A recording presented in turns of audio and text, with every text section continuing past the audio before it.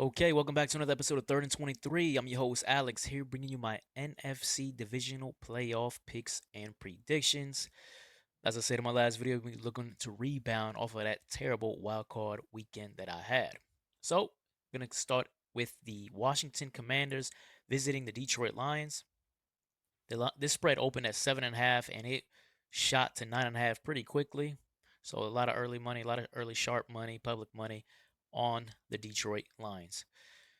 So, as you guys know, the Detroit Lions are the number one seed in the NFC this year. For me, in my power rankings, I had Detroit as the number one team in the league from week week one.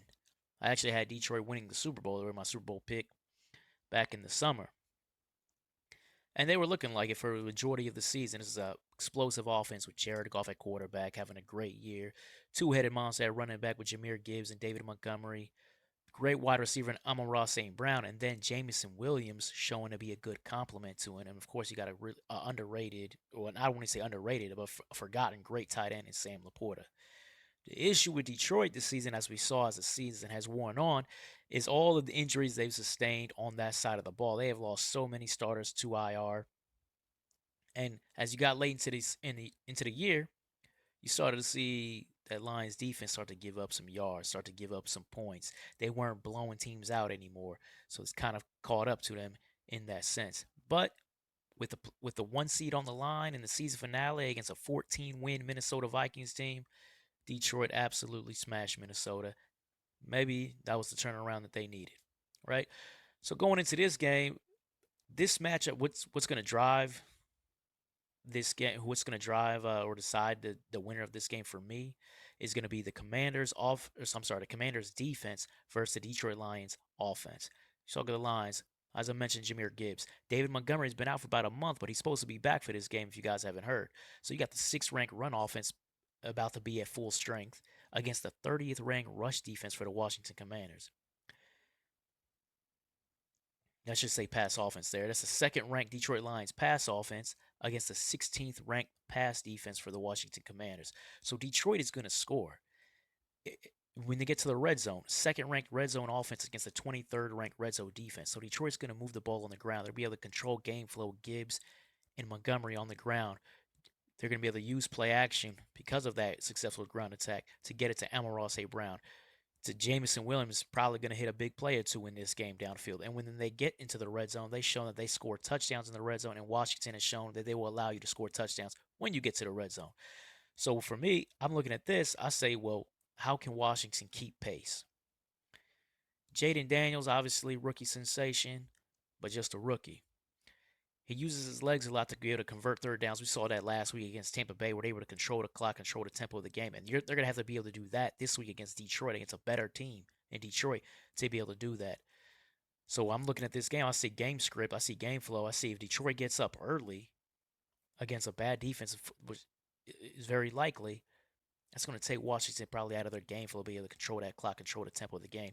And now they're going to rely on Jaden Daniels throwing the ball downfield, and they really only got one target to throw to in Terry McLaurin. You see Detroit, if they bracket Terry McLaurin, there's no second option in there. Who was Zach Ertz? There's no real second option in there for Washington to throw the ball to. So that's why when I'm looking at this game, I see Detroit get up early. It's going to put a lot of pressure on the rookie quarterback to be able to keep pace with this Detroit offense that's going to score and score a lot, in my opinion. I think you're going to see a lot of points in this game. I'm not really scared of the 9.5. I think Detroit definitely can win this game by 2 touchdowns at least. So go ahead and give me the Detroit Lions and laying the 9.5, as I don't think defense is going to be able to contain the Detroit Lions offense at all in this game. So moving on, we are going to the second game. It's going to be the Rams visiting the Philadelphia Eagles. This opened at Philadelphia is a 6-point favorite, and I have not seen this spread move at all. So I guess you could say even money on this game. When you look at Philadelphia, once Detroit started to get a lot of their injuries that they were sustaining, Philadelphia then became the favorite, Super Bowl favorite in some eyes, certainly the NFC favorite in a lot of eyes, because they look like the most balanced team in terms of offensively and defensively. You look at Philly, defensive side of the ball, top 10, top 12 type run defense. Number one by far, the number one ranked pass defense in the NFL. So this is a very good defense. And you look at the offensive side of the ball. You have Jalen Hurts doesn't doesn't have a lot of volume in terms of passing yardage, but highly efficient. 7.9 yards per attempt, ranks in the top 10 in passing offense. Saquon Barkley ran for over 2,000 yards in a historic season. And then when they do decide to throw the ball, which I know some of those receivers been upset about that this season, AJ Brown, Devontae Smith, that's one of the best duos in the NFL. So this Philadelphia Eagles roster is loaded offensively and defensively. So how do the Rams contend with that? The Rams are a team that, in my opinion, would have a better record than what they finished with, but they had a lot of injuries early on this season. Four of their five starters were out. Puka was out. Cooper was out. A lot of guys were hurt. They got healthy. Offense took off. Rams took off. They're one of the hottest teams in the NFL. So you got so when we're looking at this, we're saying the 14th ranked pass offense for the Rams, maybe it'd be a little bit better if those guys were healthy all year. But against the number one ranked pass defense with Philly, that's a tough matchup there. Cooper Cup is definitely not Cooper Cup that it used to be. So then are they going to get balanced out? Is the Rams offense going to be balanced out? You got Kyron Williams and a not a very highly rated Rams rushing attack going against a top 12 rush defense in Philadelphia. So he might not get that balance on that side of the ball. And then when they get to third down, Rams 25th in the league because of that rush offense. They're not getting some third and shorts.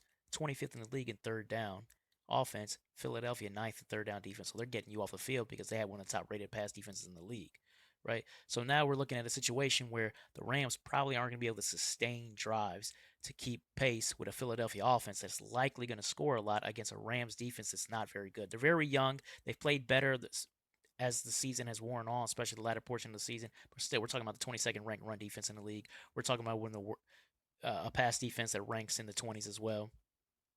They're not going to slow down this Philadelphia offense.